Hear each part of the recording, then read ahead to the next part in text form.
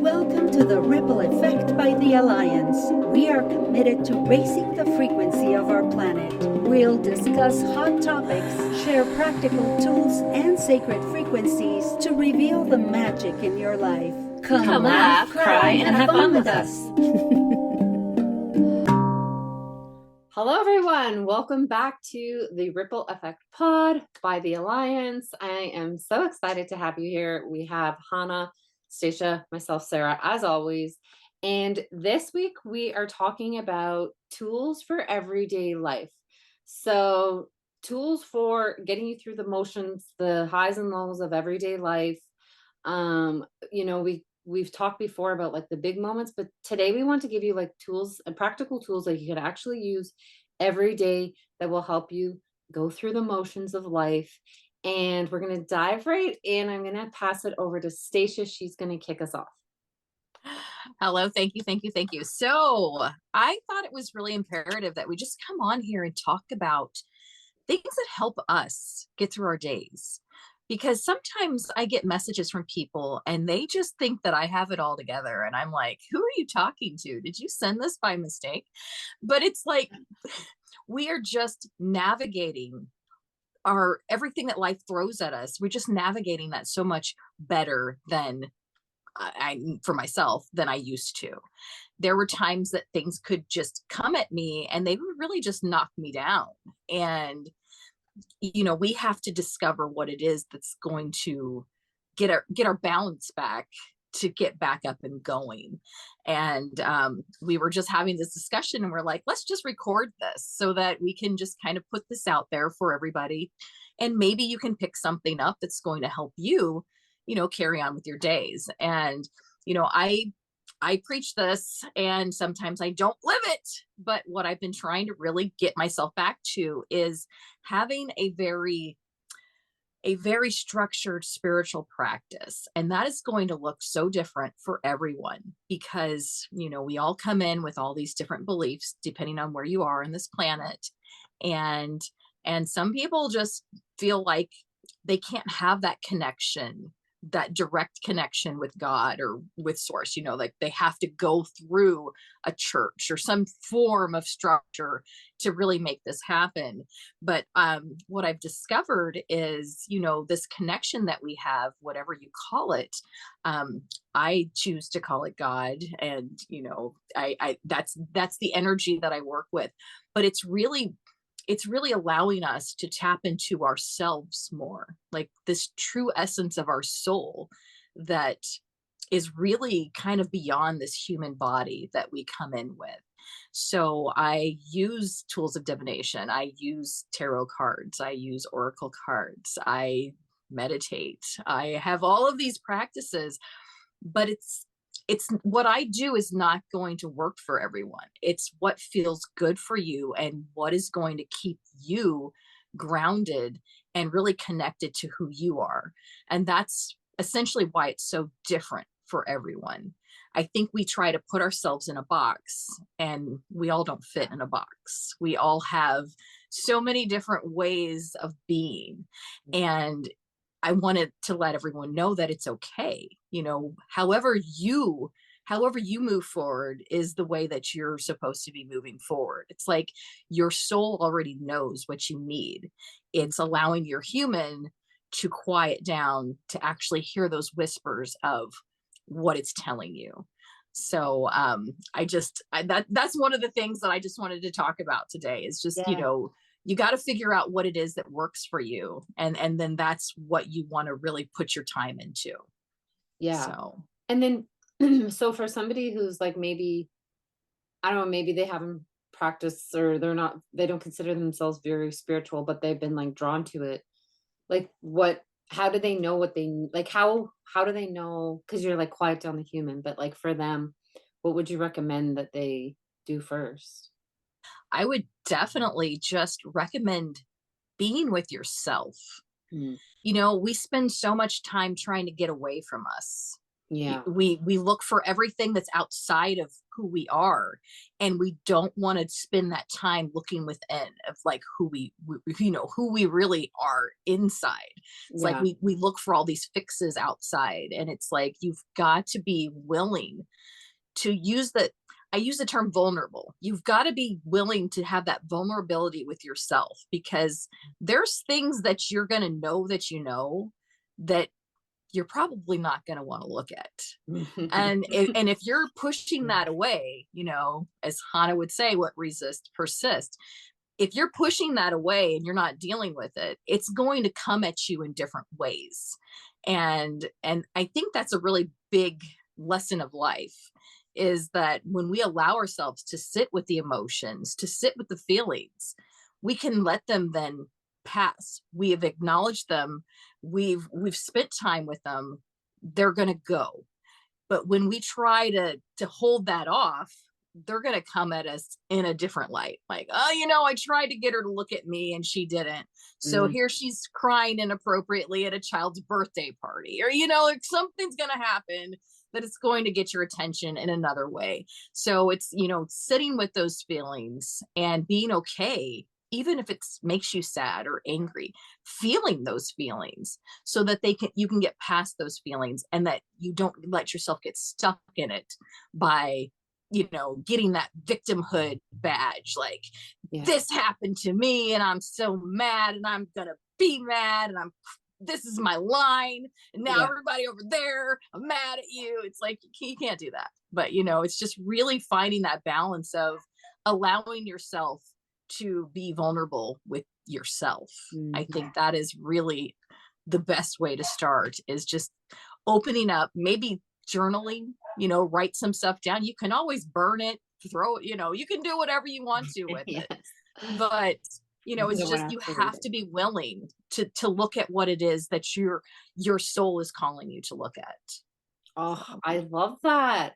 And I've implemented that in my own life over the last few years, especially like working with you ladies, right? And it makes a difference for me every day. Like even my perception of things, or my outlook on things, or how I respond or react to things that normally I would have been the same way. I'd have been like, fuck that. Or it would have been something that I like kept playing over and over in my mind. And now it's like, no, we're moving on from that. And because otherwise it's like, it's funny because I look back and I think like how often I did that before, and how much time I wasted.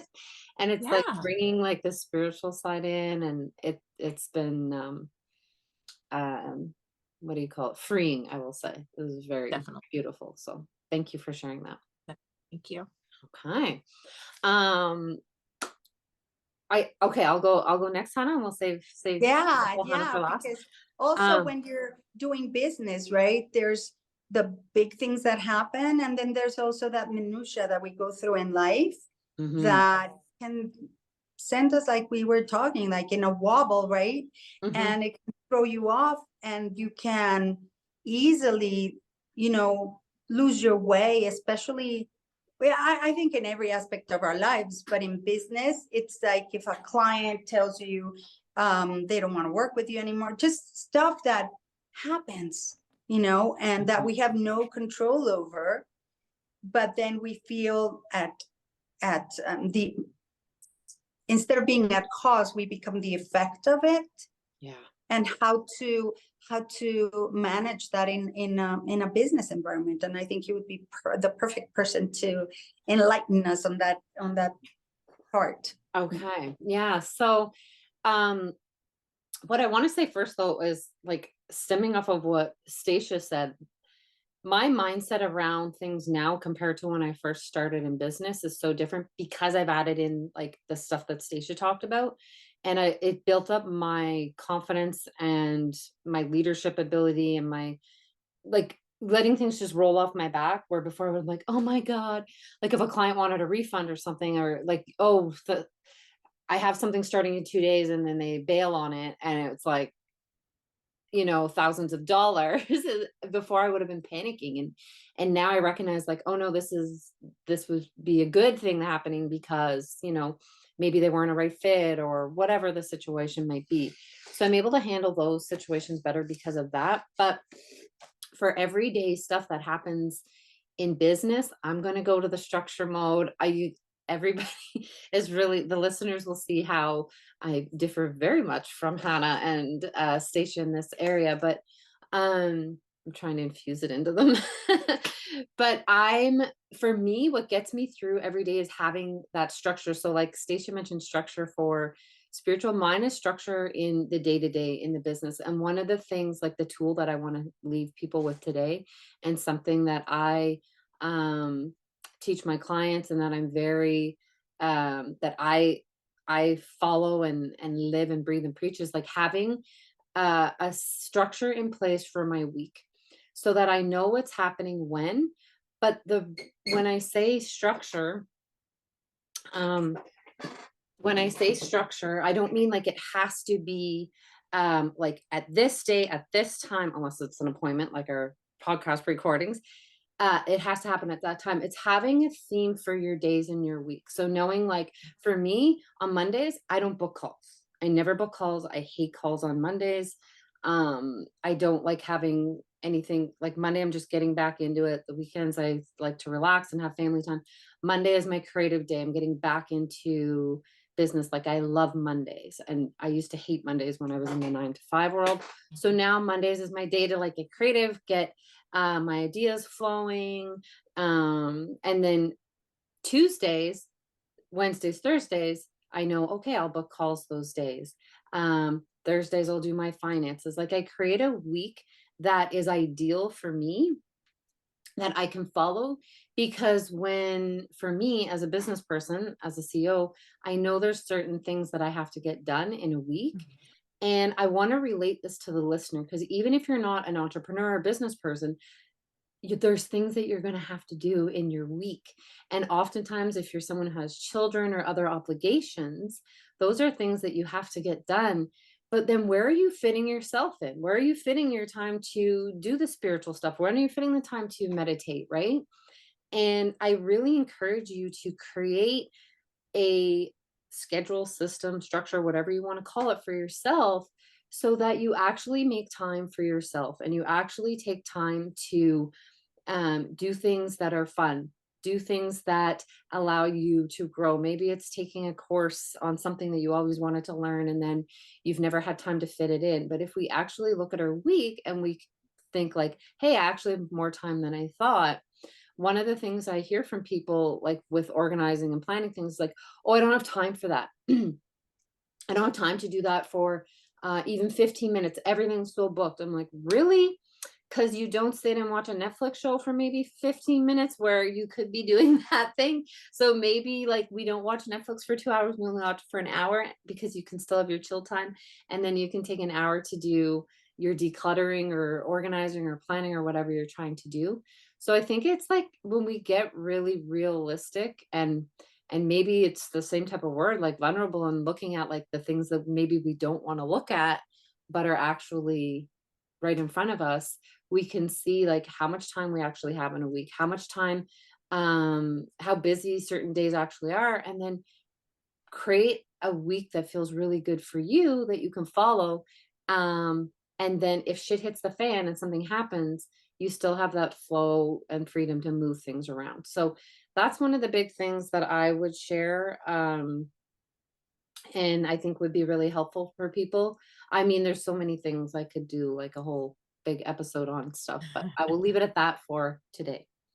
I love that. Well, there was a study done for the amount of hours a CEO was productive, and they took all these CEOs, and the ones that were the most incredibly, amazingly productive in a day had 4 effective hours. Average was 2 hours of productive time. So it's very interesting, because people usually they tell you, I don't have time, I don't have money. Yep. Right. What else are they in lack with? Right. You were going to say Resources. Too busy. I'm too busy. I don't have time. Mhm. I don't have money. Yeah. And I have never once seen a person who makes a decision on something to have that be a deterrent. If you make a decision that you're going to do something, and I just had a meeting a couple of days ago, and it was in press live, and people were here, and I just asked the people in the team, I was like, have you ever made a decision, a real decision where you were in complete alignment that did not happen? Ever. Think back to when the day you were born. It's like, think back all the times you've made a decision.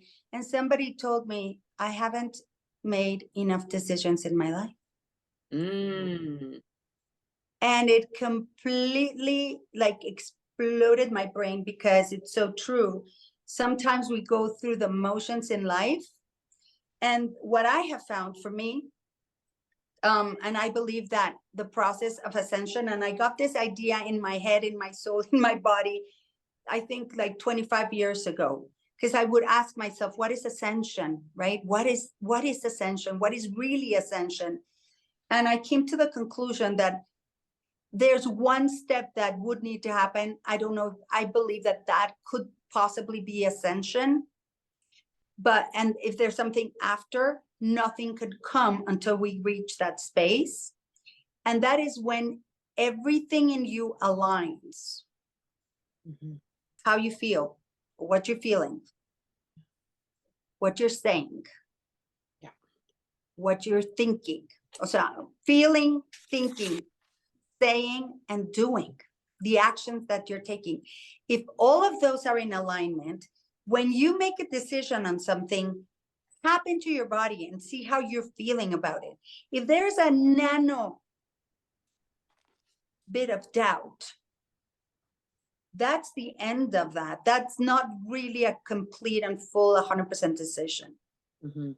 That's when things can get you in a wobble, when somebody makes a comment and you're like, oh my God, and you can be devastated or destroyed or say, I quit, and you Mhm. can give up because somebody external, and usually the universe, God sends challenge. I don't know if they send challenges or if, and one of my coaches would always say, if it doesn't scare you and if you don't have resistance towards it, it's not big enough. If you decide something and it's so easy, then it's not big enough for you. Mhm. And I believe that we're all here to do big things and to do great things. And so one of the most important things that I would suggest is to, when you're about to make a decision, know if what you're going to say and what you're going to do is in alignment with what you're feeling in your heart, in your gut, and Mhm. what you're thinking. Because I used to be there where I'm feeling like I don't like someone, and I'm like, hi, how are you? So good to see you. That alone creates a fragmentation. I'm not saying be rude to that person. I'm not saying, but how could you be in alignment and not allow things to come out of your mouth that are going to send you into fragmentation, into, well, now I'm feeling this, but I'm thinking this, and I'm saying a different thing, and then I go and do something completely different. And I think that when we try to multitask, that also happens a lot, because I'm feeling like I have to do something. There's this guy who does the Sedona method. I'm sorry, I can never remember his name.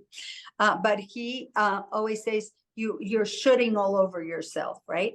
Yeah. I should be doing, and then you're feeling like I should be here, I should be doing this, I should be saying that, and you're shooting all over yourself, but then you're like, but I have to do this and I have to do that. And then you're trying to do what you should, what you have to, but then sometimes what you desire gets thrown out. And that's really what you have to focus on. What do you really want in your life? Because Mhm. if you don't do that, usually I think the clues of your mission in life come through the joy of doing something. Yeah. And when you're doing something that you love, then all of a sudden that work, I always say I've never worked a day in my life. That work becomes so pleasurable and so joyful that it stops being work or a job. It's like what you do because you love doing it and you do it for yourself more than for everybody else. Yes, And I agree. you're in alignment, right? And everything just lines up and everything just lights you up because you are in congruence and coherence and in full yes to whatever it is that you're doing. Yeah, I love that. I relate that so much to like even myself and in business, and like because sometimes people get going with like what they think they should be doing or what other people are doing, and then I fell into that trap too. And then last year I was like, you know what, we're just gonna take a second here, because then everything I did selling became easier, because like it was like second nature or what I was sharing, right? It was something that was exciting for me, and I didn't have to feel like, oh, I convinced myself, oh, people don't want to hear this, people don't want to learn this, I got to do what's hot and trendy. And as like, no, this people need this, this is on my heart for a reason. And listening to that, yeah, that's a Yeah, big and then thing for today, was listening, right? Like, yeah, and the yeah, stickiness of intention. doing stuff that you don't want to do Yeah, goes away, because how many times you feel like you have to do something or you yeah, have to sell in a certain way. Like we were talking about how I was told that you had to use the pain and go to yeah, people and like that into them so that they feel like they have to have your service because the pain is going to go away. yeah, And I'm like, I'm not going to do that. no, The pain will go away, but it's like when people say, well, look at yourself. And it's like, people have mirrors at home. You don't have to remind people of their pain because they live with it every day. For me, is if I give them the result of what's going to happen, that it's much better than talking to people about how much they're hurting, because they know they're hurting. Exactly. wow. Oh, Oh, wow. man, that was so, I think that was powerful, all three of us. I'm like, they all like connected, but they're all individual on their own. So Exactly. I love that, Hannah. I think that sometimes we try to out busy each other, mm, like it's a badge. Like, look how busy I am, and look how busy I am, and no one's getting anything accomplished that feels good for them, and it just kind of keeps putting that weight on them. Stacia, we're gonna jump to our quote of the day. Quote of the day. On them. So the quote of the day, let me see. So today I thought this was a good one because intention is really important. Putting that feeling, putting those desires in, what do you want? Why do you want it? And how are you going to take that step towards it? So intention is one of the most powerful forces there is. What you mean when you do a thing will always determine the outcome. The law creates the world. And that is a Brenna Yovanovitch quote. I thought that I'm like, that Stacia, and I'm like, you pick these things before we even talk, and it's like each one of us talked about intention without saying the word intention, really, right? But that's what it comes down to. Yeah, it's what it all comes down to. It's what you're thinking, what you're feeling, and that action step you're doing. They've all got to align. That intention's got to be there for you to actually accomplish what it is that you desire. Yeah. Let me ask you something, Stacia, because it never ceases to amaze me how you come up with these quotes. But do you believe that 5 years ago, this moment could have happened? Oh, heck no. I was still screaming that everything had gone wrong for me. And why am I not getting a break? And why is she doing that and I'm not? And so no, I would have just kept myself in that cycle of oh, well, this was good. Oh, but this isn't. Oh, well, no. We didn't, when we started recording this, we had an idea of where we wanted to go. We had a different idea of where we wanted to go completely. And then as we're like, okay, what about this? It's not feeling aligned. Mm-hmm. What do you think about this? And we started talking and it felt so flowy Sarah said, let's start recording. Mhm. So, somebody who's not from the outside would be like, they surely planned this quote, No. Yeah. right? Because I'm floored every single time. And you said that quote today, and I'm like, I just said that. Yeah, different I know. way. I'm like, wait, Right. trading We all catch did. in a ideal week. We all did in a different way. Yeah. Yeah, And that's Because and that's it's how the like, universe works. when you allow it, when you sit with When you yourself, allow when it, you're of course. listening. Yes, exactly. listen Exactly. years on. Amazing. Wow. Well, I think that says it all. Thank you, everybody, for being here and listening. We love having you. Please comment, review, all the things. If you have any questions, reach out to us. Stuff you'd like us to talk about on future episodes, we would love to know and touch on that for you. And we hope you go out and create a ripple effect in your own life. Let us know if you try any of this stuff and it works for you, or you need help integrating it. And we will see you on the next episode. Bye. Thank Bye. you. Thank you for tuning in to The Ripple Effect by the Alliance with Hannah Martinez, Stacia Stove. And Sarah Jane Lita. We hope you're now vibing high and ready to create your own ripple. Drop a comment or email to let us know the ripple effect that you are creating. Music by our very own Hannah Martinez, and music production by Onel Moulet. Follow us on Instagram at The Ripple Effect Pod for more high vibration content. Please rate and review us wherever you listen. Until next time.